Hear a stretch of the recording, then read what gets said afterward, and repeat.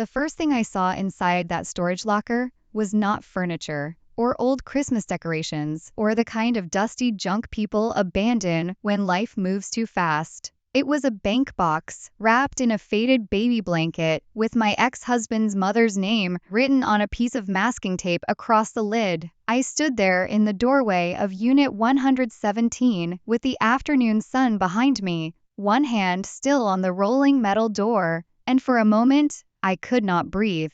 Because my ex-husband, Grant Harlow, had sworn under oath that his mother died with nothing, no savings, no property, no trust, no hidden account, and certainly no reason for him to take the house we had built together, while I left with 2 suitcases, my teaching books, and the old coffee mug from my classroom that said, "History has receipts." That mug turned out to be more honest than my marriage. Inside the box was a small leather ledger, 3 sealed envelopes, a key tied to a ribbon, and a photograph of a house I had never seen before. On the back of that photograph, written in the shaky blue ink of an elderly woman, were 7 words that changed the rest of my life. Grant must never know where this is. I was 46 years old, recently divorced, living in a rented duplex in Cedar Falls, Iowa, and teaching 11th grade American history to students who complained every September that the past had nothing to do with them. That afternoon, standing in a storage facility with dust on my shoes and my hands trembling around another woman's secrets, I understood better than ever that the past is never gone. It waits, it gathers evidence, and when it is ready, it opens the door. Good day, dear listeners. It's Nora again. I'm glad you're here with me. Please subscribe to my channel and like this video, and also let me know in the comments which city you're listening from. That way, I can see how far my story has traveled. My name is Elaine Porter, although for 17 years I was Elaine Harlow. I taught history at a public high school, the kind with cracked sidewalks, crowded hallways, and students who could identify every celebrity breakup but not always explain why the Constitution mattered. I loved them anyway. Teaching made me patient. It taught me that people reveal themselves slowly, the way an old document reveals meaning only after you read the footnotes. In my classroom, I always told my students, do not trust the first version of any story. Ask who benefits from it. I wish I had asked that question sooner in my own marriage. Grant was a banking attorney, calm voice, expensive ties, perfect posture. He had a way of making every room bend toward him without appearing to demand it. People called him impressive. My parents called him stable. At dinner parties, he remembered everyone's job title and made them feel important, just long enough for them to trust him. He never yelled at me. That is important to understand. People imagine betrayal comes with slammed doors, red faces, shattered plates. Sometimes it comes with folded laundry, polite smiles, and a husband who says, "I only want what's fair, Elaine," while his lawyer quietly empties the life you helped build. Our divorce began after I found a hotel receipt in his glove compartment. Not dramatic, not cinematic, just a folded white receipt, beneath an emergency flashlight, and a tire pressure gauge. The name on it was not mine, and the dates matched a weekend when he had told me he was in Des Moines handling an estate case. When I asked him, he looked almost disappointed, as if I had failed a test. "Elaine," he said softly, "don't turn an uncomfortable season into a performance." That was Grant's gift. He never denied at first. He corrected your tone. Within 6 months, I was sitting across from him in a mediation room while he looked wounded and reasonable and explained that the mansion on Ridge Hollow Lane had been purchased largely with funds inherited from his mother before our marriage. I knew we had poured my salary, my retirement withdrawals, and years of unpaid labor into that house. I had painted rooms, refinished floors, hosted his clients, cared for his mother during her last winter, and signed papers he placed in front of me, with the confidence of a wife who believed partnership meant shared direction. But Grant had documents. I had memories. Documents win in mediation rooms, at least they do until better documents appear. After the divorce, Grant stayed in the house. I moved into a two-bedroom duplex with a leaning mailbox and a little patch of yard where nothing grew except stubborn weeds. My students noticed before I told them anything. Teenagers see more than adults give them credit for. They saw the smaller lunch I packed, the same 3 blouses rotating through my week, the way I sometimes stood at the whiteboard too long before remembering what I meant to write. One afternoon, a girl named Marisol stayed after class and said, "Mrs. Porter, you tell us history is about power. Is that why people lie?" I smiled. Because teachers learn how to smile when something hurts.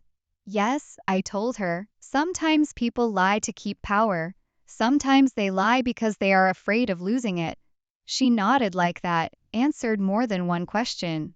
Grant's mother, Vivian Harlow, had died 18 months before our divorce was final. She had been a complicated woman.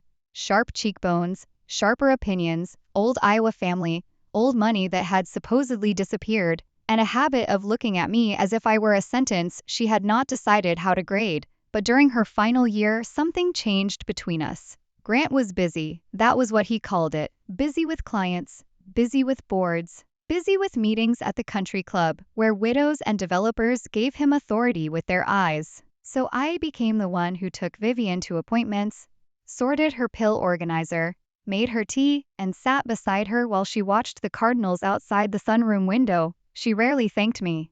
But once, near the end, she touched my wrist and said, "You notice things." I laughed gently. "That's my job." "No," she said. "It's your nature. Don't let my son teach you not to trust it." I thought it was pain medication talking. I did not know it yet. But that was her warning. The first sign that something was wrong came 3 weeks after Vivian's funeral. Grant and I were still married then. Though the air in our house had begun to feel measured, I noticed him in his study late at night with the door almost closed. His voice was low, professional, the same voice he used when speaking to judges. "No, that locker should have been cleared," he said. I stopped in the hallway with a basket of towels against my hip. Then he said, "I don't care what the notice says. My name is on the authorization." A floorboard creaked beneath my foot. The study went silent. A moment later, Grant opened the door. His face was pleasant, but his eyes were already at work. "Everything all right?" he asked. I was putting towels away. He glanced at the basket. At midnight? That was the first time I remember feeling like a student caught outside the classroom without a hall pass, though I had done nothing wrong. I told myself it was grief. His mother had died. People become strange around death. They search for paperwork. They argue with storage companies. They call banks. They misplace things. But then, Vivian's mail began disappearing. Not all of it, just certain pieces. Anything with a return address of First Meridian Bank, Harlow Family Trust Services, or a law office in Dubuque. I knew because I had handled Vivian's mail for months. I had seen the names. After she died, Grant began getting home before me every day, which had never happened in our marriage. When I asked whether he needed help organizing his mother's papers, he said, "No, Elaine. Estate work is technical. You wouldn't enjoy it." That sentence stayed with me, not because it was cruel. It was not.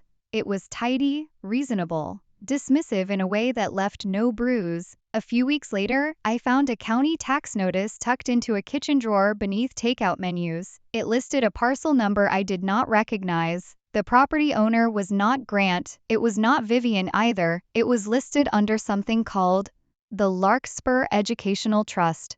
I only saw it for maybe 10 seconds before Grant walked in and gently removed it from my hand. "That's an old matter," he said. "Whose?" "My mother's. Closed years ago." "Then why did it arrive last week?"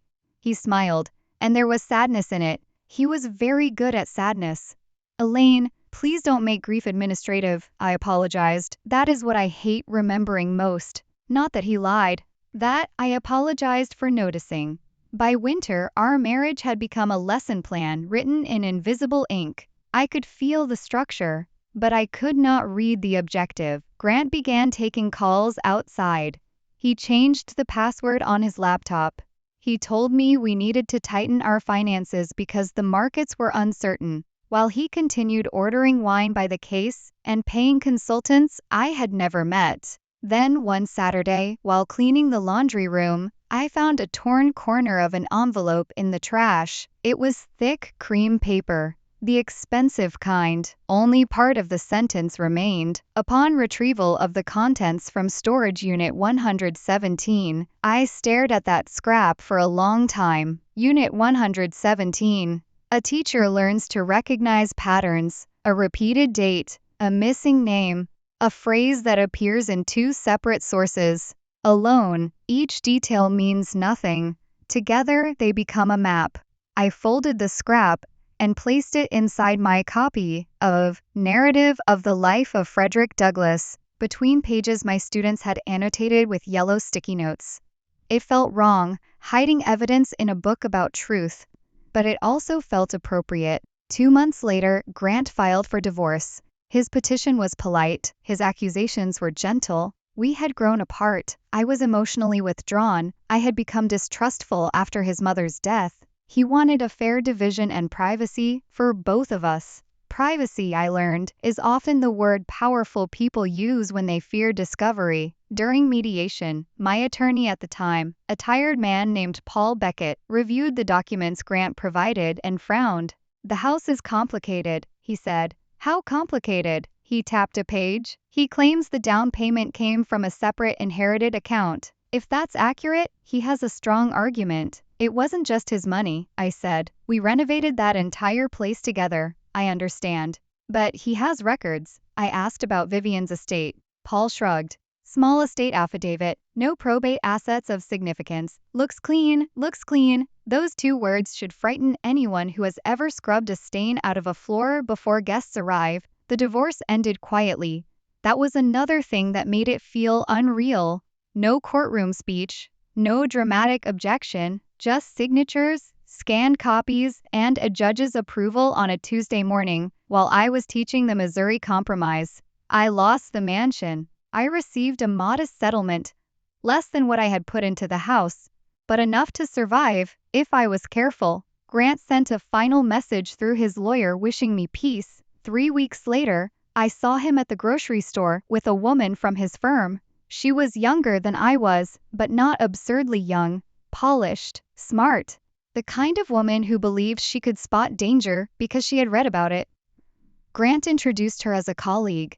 I looked at her and wondered who had introduced me that way before I became a wife. The storage locker came into my life because of a school fundraiser. That is the part people do not expect. Our history department was raising money for a trip to the National Archives. Most of our students had never left Iowa. I wanted them to stand in front of original documents and understand that democracy is not an abstract word in a textbook. It is paper, ink, argument, compromise, and vigilance.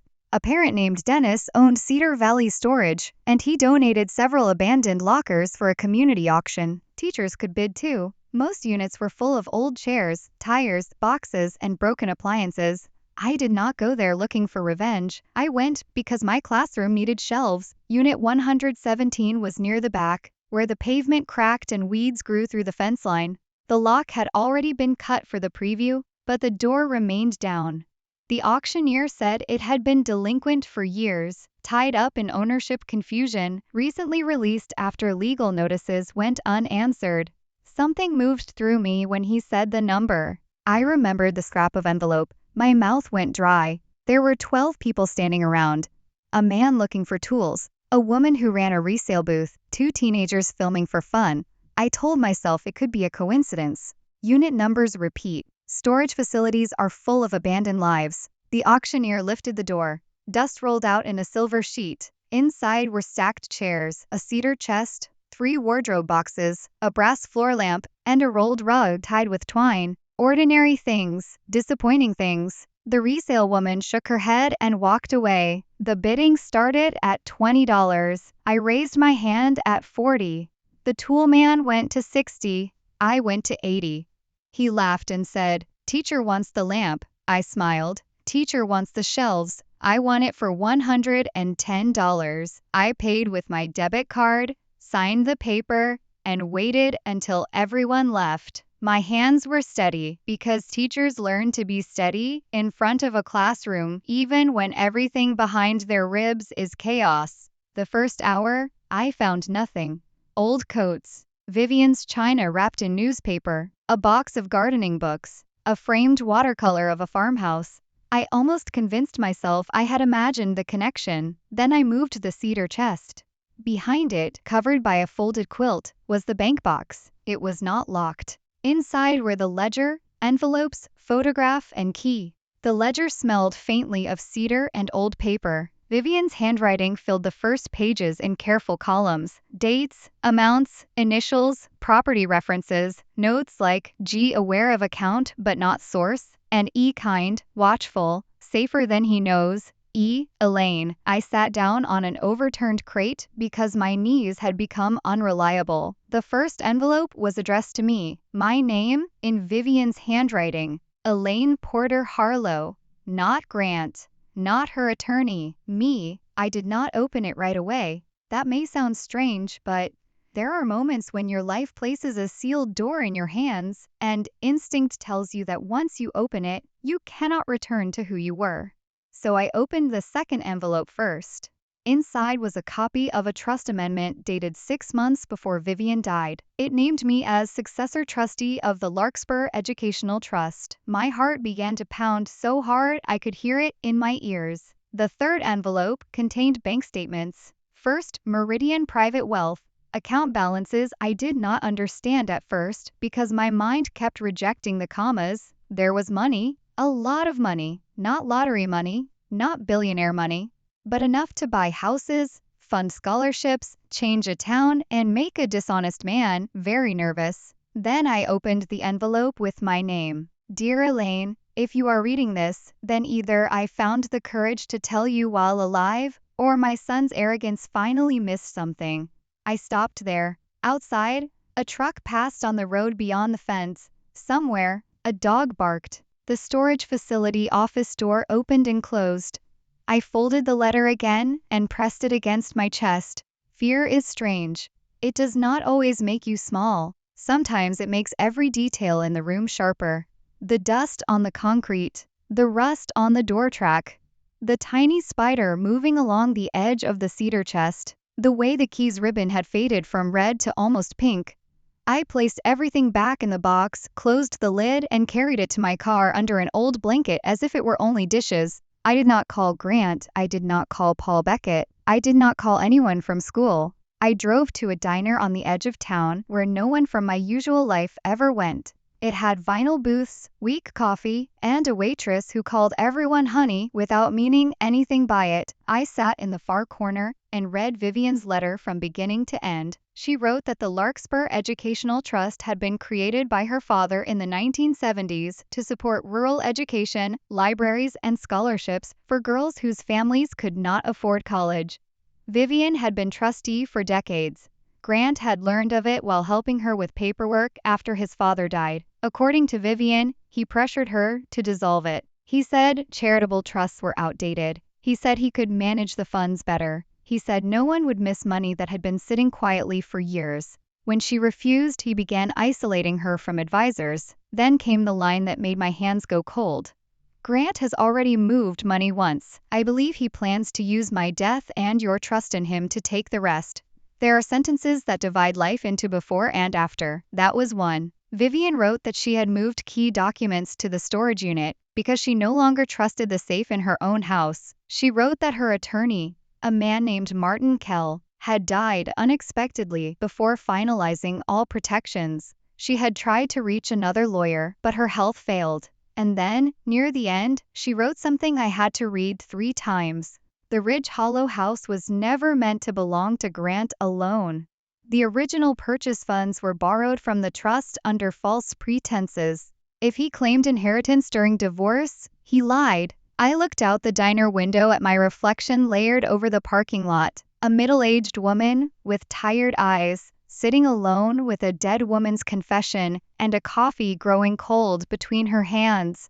I was not brave. I was careful. That night, I did not go home immediately. I drove past my duplex twice to make sure no unfamiliar car was parked nearby. Then I parked in the garage, carried the bank box inside, beneath a stack of student essays, and placed it on my kitchen table. The essays were on Reconstruction, My students had been asked to answer one question. What happens when a society tries to move on without telling the truth? I laughed once, quietly, because sometimes life has no subtlety. I did not sleep. I made tea and took out a yellow legal pad. On the first page, I wrote 4 columns. What I know, what I suspect, what I need, who can help. That is how teachers survive impossible units. You break the chaos into learnable parts. Under what I knew, I wrote, Storage Unit 117 Vivian's letter, Trust Amendment, Bank Statements, Ridge Hollow Funds. Under what I suspected, I wrote, Grant hid assets, lied in divorce, pressured Vivian, may still have access. Under what I needed, I wrote, Independent lawyer, trust specialist, forensic accountant, document copies, secure storage. Under who can help, I wrote only one name at first, Marianne Cho. Marianne taught government with me for 12 years before retiring and becoming the kind of person everyone called when they needed a notary, a casserole, or the truth without decoration. Her husband had been a judge before he died. Marianne knew every honest lawyer within 70 miles and every dishonest one by reputation. At 6:30 in the morning, I called her. She answered on the second ring. Elaine, are you hurt? That is friendship. No hello. Just the right question. I need a lawyer, I said. You had one. I need a better one. She was quiet for one beat. Are we talking divorce regret or felony adjacent? I looked at the bank box on my table. Possibly both. By noon, I was sitting in the office of Judith Alvarez, a probate and trust attorney in Waterloo with silver hair, red reading glasses, and the calmest face I had ever seen outside a museum portrait.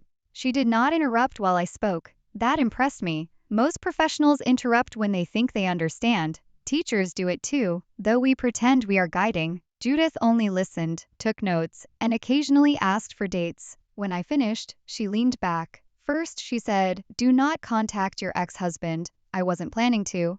Good. Second, do not move any money, do not sign anything, and do not tell anyone beyond essential advisors. I understand. Third, this is not only a divorce issue. This may involve trust misappropriation, fraud upon the court, elder financial abuse, and possibly bank misconduct. Hearing those words spoken plainly made the room tilt. Judith noticed. She pushed a glass of water toward me. Breathe, Miss S. Porter. I smiled faintly. It's Elaine. Elaine then. The good news is that liars who rely on paperwork often create more paperwork than honest people do. That was the first moment I felt something other than fear. Not triumph, not anger. A small, disciplined hope. Judith had her paralegal scan every document. She placed the originals in a secure evidence folder and gave me a receipt for each item. She contacted a forensic accountant named Samir Patel, who had the expression of a man who trusted numbers more than people and had been rewarded for it. Samir looked at Vivian's ledger and said, This is either the best kept family record I've seen in 10 years or the beginning of a very bad week for your ex-husband. Judith gave him a look. He cleared his throat. Professionally speaking, we began slowly. That mattered. Movies make justice look like a single dramatic revelation. Real justice is copying, indexing, cross-checking, requesting, waiting, comparing signatures, noticing dates, and asking why a form was filed 2 days before someone entered hospice. I spent evenings at my kitchen table building binders. Binder 1, Vivian's documents. Binder 2, divorce filings. Binder 3, property records. Binder 4, financial statements. Binder 5, timeline. I bought tab dividers from the office supply store and labeled them with the same neat handwriting I used on classroom folders. There was comfort in order. Every page in its sleeve felt like one brick returned to a foundation Grant had tried to steal. The first concrete evidence came from county records. The Ridge Hollow mansion had not been purchased with Grant's inheritance. The down payment came through a cashier's check from an entity called Larkspur Holdings, which Samir traced back to the Educational Trust. The transaction had been described as a short-term bridge loan for property restoration related to a charitable retreat project, but Ridge Hollow was never used for charity.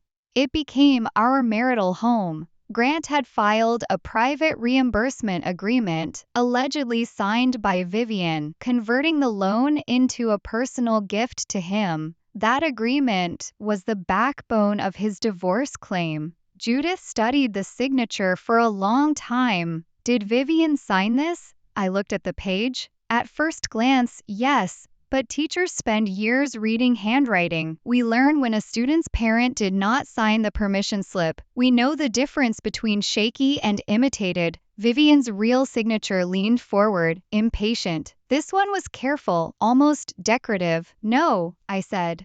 I don't think she did. Samir brought in a document examiner. Her name was Denise Wallace. She wore navy suits and carried a magnifying loupe in her purse, like other women carry lipstick. After 2 weeks, she issued a preliminary opinion. The signature on the reimbursement agreement showed signs of simulation. Forgery is an ugly word.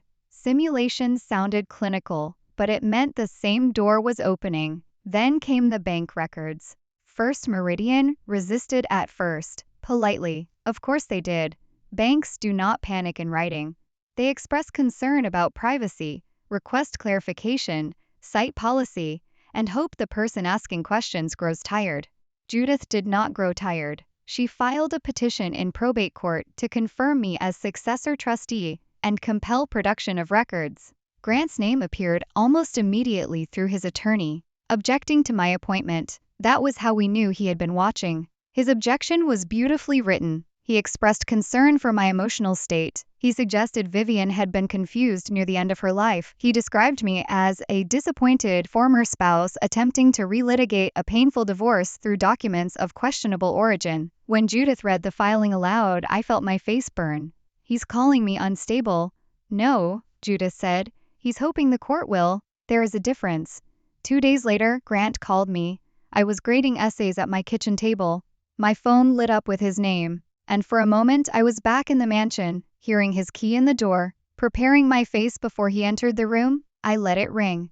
Then I texted Judith. Grant is calling. She replied, do not answer. Let him leave voicemail. He did. His voice was gentle. Elaine, I'm sorry this has gone this far. I know finding mother's things must have stirred up old emotions. Please call me before lawyers turn this into something humiliating for everyone. There are family matters you don't understand. I played it twice. Then I saved it. That evening, a woman from the school board approached me after a meeting. Her husband golfed with Grant. She touched my arm and said, Elaine, I heard you're having some difficulty letting go of certain financial issues. Be careful. People are sympathetic after divorce, but sympathy can wear thin. She smiled the entire time. That is how pressure arrives, in respectable towns, not as a threat, as advice. A week later, I received a settlement offer. Grant would pay me $75,000 if I withdrew all petitions, returned family documents, and signed a confidentiality agreement acknowledging that no wrongdoing occurred. $75,000 is a lot of money to a teacher with a rented duplex and an aging car. I sat with that offer for a long time. I imagined paying off debt, replacing my roof, taking my students to Washington without begging local businesses for donations. I imagined peace. Then I looked at Vivian's letter. Larkspur was not mine to sell. It belonged to girls who had never heard of it. It belonged to bookshelves in small libraries, tuition checks, bus tickets, application fees, and second chances. It belonged to the promise someone made before Grant and I were even born. I called Judith. No, I said. She did not ask if I was sure. She only said, good. The point of no return came in March, on a cold morning when the trees looked black against the sky. Samir found a pattern. 3 months before Vivian died, multiple transfers had been made from trust-linked accounts into shell entities controlled by clients of Grant's firm. The money moved in circles, out as consulting fees, back as investment returns, then into a marital account Grant had claimed was separate. But one transfer stood out. $280,000 had moved on the same day. Vivian was admitted to the hospital after a fall. The authorization form bore her electronic approval, but hospital records showed she was unconscious at the time. I remember sitting in Judith's conference room as Samir explained it. The table between us was covered in statements, flowcharts, and color-coded transaction maps. Outside, traffic moved normally. People bought coffee, answered emails, complained about weather. Inside that room, my former life became evidence. Judith tapped the hospital record. This changes everything. How? It shows he may have used her credentials while she was incapacitated. I looked down at the signature blocks, the timestamps, the cold precision of theft disguised as administration. That was the first mistake he made, I said. Judith looked at me over her red glasses. I explained. He thought no one would compare the time of the transfer to the hospital chart. He thought because she was old and sick, her hours didn't matter. Teachers know hours matter, attendance matters, dates matter. A student cannot be both absent and present. A woman cannot authorize a transfer while unconscious in a hospital bed. The truth has a weight of its own. Once you place it on the table, lies begin to bend around it. Grant came to my duplex 3 nights later. I knew he would, before he knocked. I had seen his car glide slowly past the front window, headlights sweeping across my curtains. I called Judith and left the line open on speaker, as we had planned if he appeared. Then I turned on the porch light. He stood there in a charcoal coat, holding no flowers, no papers, nothing that could be interpreted later as aggression. Smart. Elaine, he said. May I come in? No. His expression softened. It's cold. Then say what you came to say. He glanced toward the quiet street. This is beneath both of us. I almost laughed. Instead I said, which part? The accusations, the scavenging through mother's belongings, the attempt to damage my career because you're unhappy with the divorce settlement. There it was, the clean version. The one he hoped I would accept because it sounded less frightening than the truth. I'm not unhappy, I said. I'm informed. Something moved in his jaw. You don't understand what you found. Then, court will be educational. His eyes changed at the word court, not dramatically, just a small narrowing, as if he had discovered a student in the back row had read ahead. Elaine, listen to me carefully. Vivian was not well. She became paranoid. She hid things. She imagined conspiracies. If you attach yourself to her delusions, you will embarrass yourself publicly. I thought of Vivian's hand on my wrist. You notice things. I have counsel, I said. Speak to her. He stepped closer, still below the porch step, careful not to cross the threshold. I can protect you from this. That was when I understood the shape of him completely. Grant did not think of himself as threatening me. He thought of himself as offering shelter from the consequences of disobeying him. No, I said. You can't. For the first time in all the years I had known him, Grant looked genuinely angry, not loud, not uncontrolled, just exposed. You were never this ungrateful when you lived in my house. My house. There it was.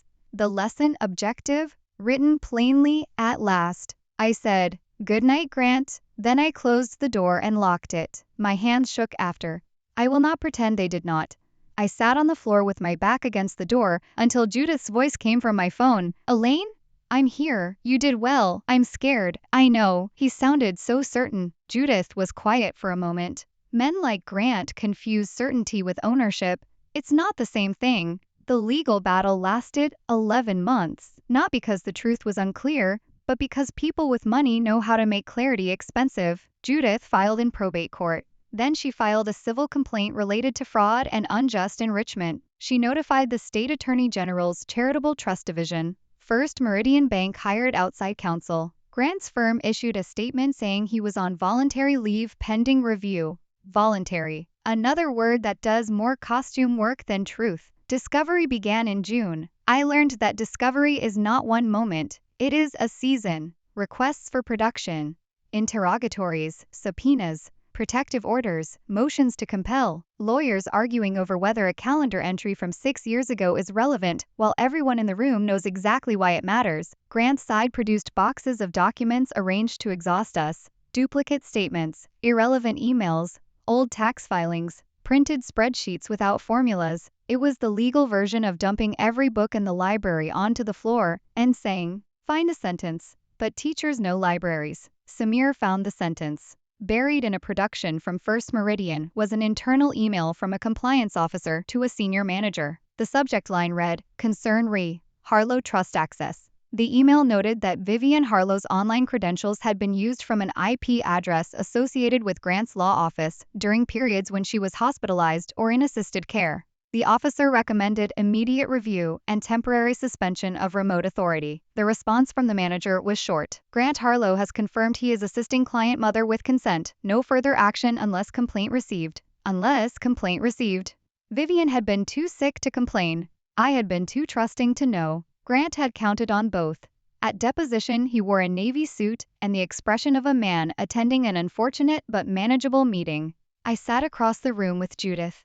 My hands were folded around a pen, not because I needed it, because I needed somewhere to put my fear. Grant's attorney began by painting him as a devoted son. Then Judith questioned him. "Mr. Harlow, did you have access to your mother's online banking credentials?"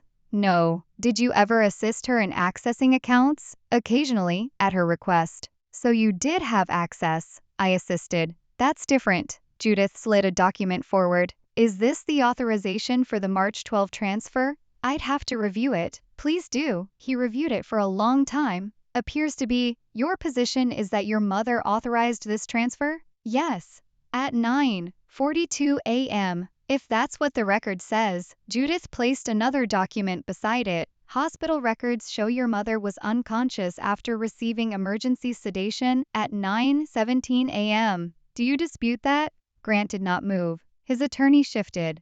"I'm not a physician," Grant said. "That was not my question. I don't recall the exact timeline of that day." Judith's voice remained even. "Do you recall logging into her account from your office that morning?" "No." She placed the bank's IP log on the table. "What about now?" Silence has texture. In that room, it felt like wool pulled tight around the throat. Grant looked at his attorney. His attorney said, "We'll take a break." Judith said, "After he answers." For years Grant had survived by controlling rooms, but depositions are not dinner parties. Charm has limited evidentiary value. He did not answer directly. That mattered. Later in probate court, the judge reviewed the trust amendment, Vivian's letter, bank records, hospital timelines, handwriting analysis, and internal compliance emails. The courtroom was smaller than I expected. No grand columns, no dramatic echo, just wood benches, fluorescent lights, and people shuffling paper while lives changed quietly. Grant's attorney argued that Vivian had been confused, and that I had exerted influence over her while serving as caregiver. I felt that accusation like a slap, but I stayed still. Judith stood. "Your Honor, influence usually leaves evidence. Here, the evidence shows Mrs. Porter received no benefit during Vivian Harlow's lifetime, made no withdrawals, did not know of the trust until after the storage unit was purchased at public auction, and immediately secured counsel. By contrast, Mr. Harlow accessed accounts during his mother's incapacity, created or relied upon a questionable reimbursement agreement, and benefited personally during divorce proceedings. She did not raise her voice. She did not need to." Then she called Denise Wallace, the document examiner, who explained the signature irregularities. She called Samir, who walked the court through the transaction trail. She called the compliance officer, who looked deeply uncomfortable and admitted she had concerns that were not escalated properly. Finally, I testified. Grant watched me with that familiar calm face. Judith asked about Vivian. I told the truth. I said Vivian was difficult, proud, sometimes cold. I said she did not like needing help. I said she never promised me money, never described exact accounts, never gave me instructions while alive, beyond one warning that I should trust what I noticed. Grant's attorney asked whether I resented losing the house. "Yes," I said. He looked pleased. Then I added, "But resentment did not create those bank records." The judge looked down, and I saw the smallest movement at the corner of Judith's mouth. The ruling did not come that day. Real life rarely delivers justice before dinner. We waited 6 weeks. During those weeks, Grant's reputation began to crack, not collapse. Men like him do not fall all at once. They are supported by boards, favors, old friendships, and people who confuse manners with morality. But clients withdrew. His firm extended his leave. First, Meridian issued a notice of internal review. Then one Friday morning in November, Judith called while I was preparing a lesson on Watergate. "Elaine," she said, "we have the order." I sat down at my desk. The classroom was empty. Morning light came through the blinds in pale stripes across the floor. Judith read the main points. The court confirmed me as successor trustee of the Larkspur Educational Trust. It found substantial evidence that trust assets had been misappropriated. It invalidated the reimbursement agreement Grant used in the divorce. It referred matters to the county attorney and state regulators. It ordered an accounting, asset freeze, and restitution proceedings. And Ridge Hollow? That question sat in my chest like a held breath. Judith said, "The court found the house was acquired through trust-related funds and marital fraud. Your divorce judgment can be reopened." I closed my eyes. I had thought hearing that would feel like victory. It felt like exhaustion leaving my body one bone at a time. The criminal case came later. Grant was charged with financial exploitation, fraud, and falsification of records. He took a plea before trial. Of course he did. Trial would have meant witnesses, reporters, more documents read aloud. Men like Grant love public respect but fear public detail. He lost his license to practice law. First, Meridian settled with the trust and agreed to fund an independent scholarship administration for 15 years. Grant was ordered to pay restitution from liquidated assets, including investment accounts he had hidden behind shell entities. Ridge Hollow was awarded back into the restitution pool. I could have fought to live there again. I did not. People were surprised by that. Some even seemed disappointed, as if a satisfying ending required me to walk through those tall front doors wearing a new coat and a victorious smile. But that house had never been peace. It had been beautiful, yes, wide staircase, leaded glass, a library with built-in shelves, a garden wall covered in ivy. But beauty is not the same as safety. I had spent years in that house, shrinking my questions to fit the rooms. I asked the court to approve its sale. A portion restored my losses from the divorce. A larger portion returned to Larkspur. The first scholarship checks went out the following spring. I insisted on attending the ceremony quietly from the back of the school auditorium.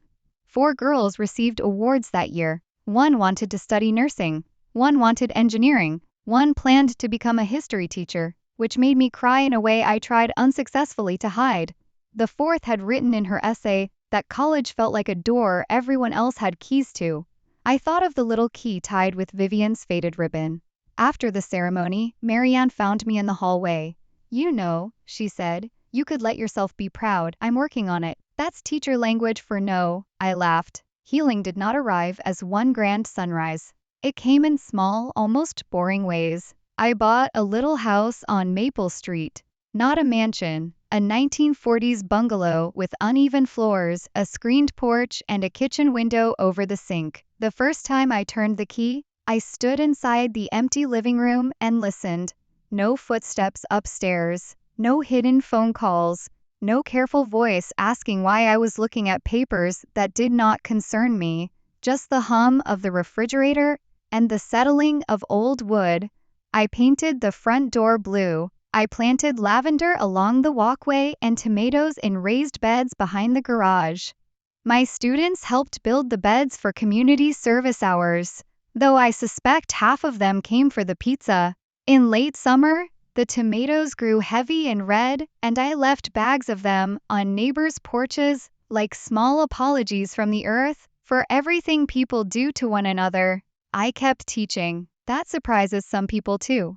They assume money changes your purpose, but money was never the lesson. Money was only the document that proved the lesson had been ignored. In class, I became even more stubborn about evidence. When students said, "I just feel like that's true," I would smile and ask, "What source supports that?" When they groaned, I told them, "Feelings are important, but feelings without evidence can be manipulated by anyone with a confident voice." They did not know how much I meant it. One afternoon near the end of the year, Marisol came back to visit after graduation. She had received one of the Larkspur scholarships, though she did not know my connection to it until later. She stood in my classroom doorway and said, "Mrs. Porter, I'm going to study public policy." "That sounds dangerous," I said. She grinned. "You made history sound like unfinished business." I looked around my classroom at the maps, timelines, student projects, and the mug on my desk. "History has receipts." "Yes," I said. "It is." Vivian's photograph of the unknown house hangs now in my hallway. Judith eventually discovered it was the first schoolhouse funded by Vivian's father's trust, a small rural building that no longer stands. I keep it there not because Vivian was perfect, she was not.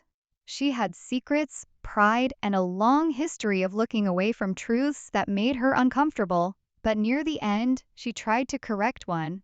That matters. I have wondered many times why she chose me. Not because I was family by blood. Not because we were close in any warm, easy way. I think she chose me because she saw that I had spent my life teaching young people how to examine evidence, how to question power, how to understand that silence can become a kind of permission. And maybe, in her own difficult way, she was asking me not to give permission.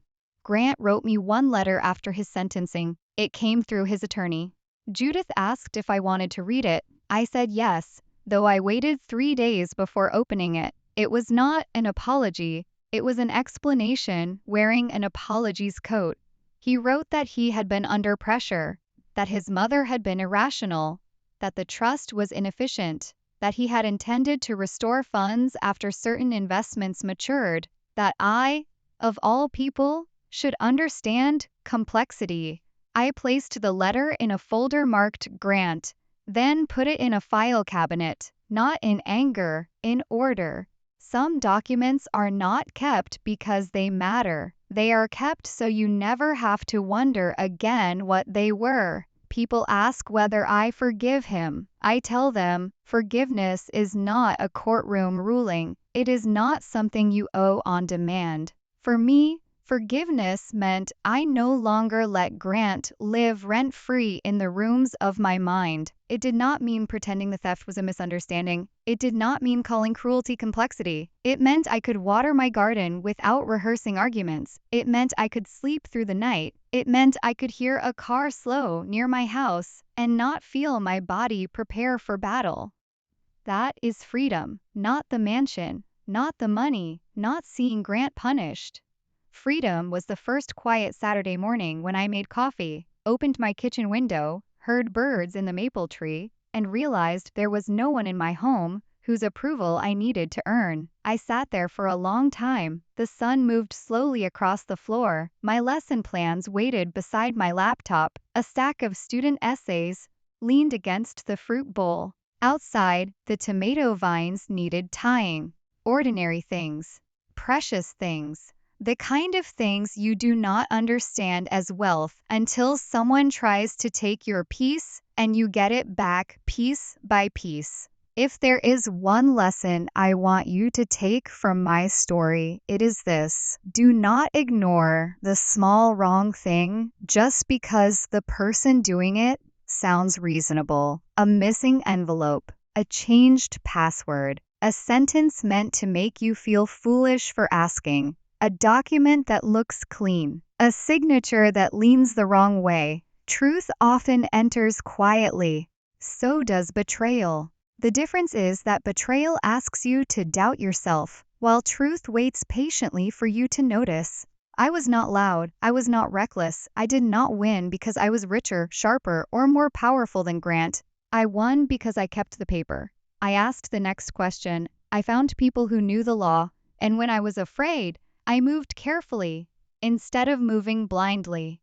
That is what I tell my students now when they say, history feels like something carved in stone. No, I tell them, history is a living record, and sometimes, so is a woman's life. Sometimes the record has been altered, sometimes pages are missing, sometimes powerful men write themselves as heroes and expect everyone else to read along. But if you are patient, if you are brave enough to look closely, and if you refuse to apologize for noticing, the truth can still be restored. So now I'll ask you what I often ask my students at the end of a difficult lesson. What would you have done if you found that bank box in the storage locker? Would you have called him? Would you have taken the settlement? Or would you have done what I did and let the documents speak? Tell me in the comments. And if this story stayed with you, share it with someone who needs to remember that peace is worth protecting, truth is worth documenting, and sometimes the key to your freedom is hidden in the one place someone powerful forgot to check.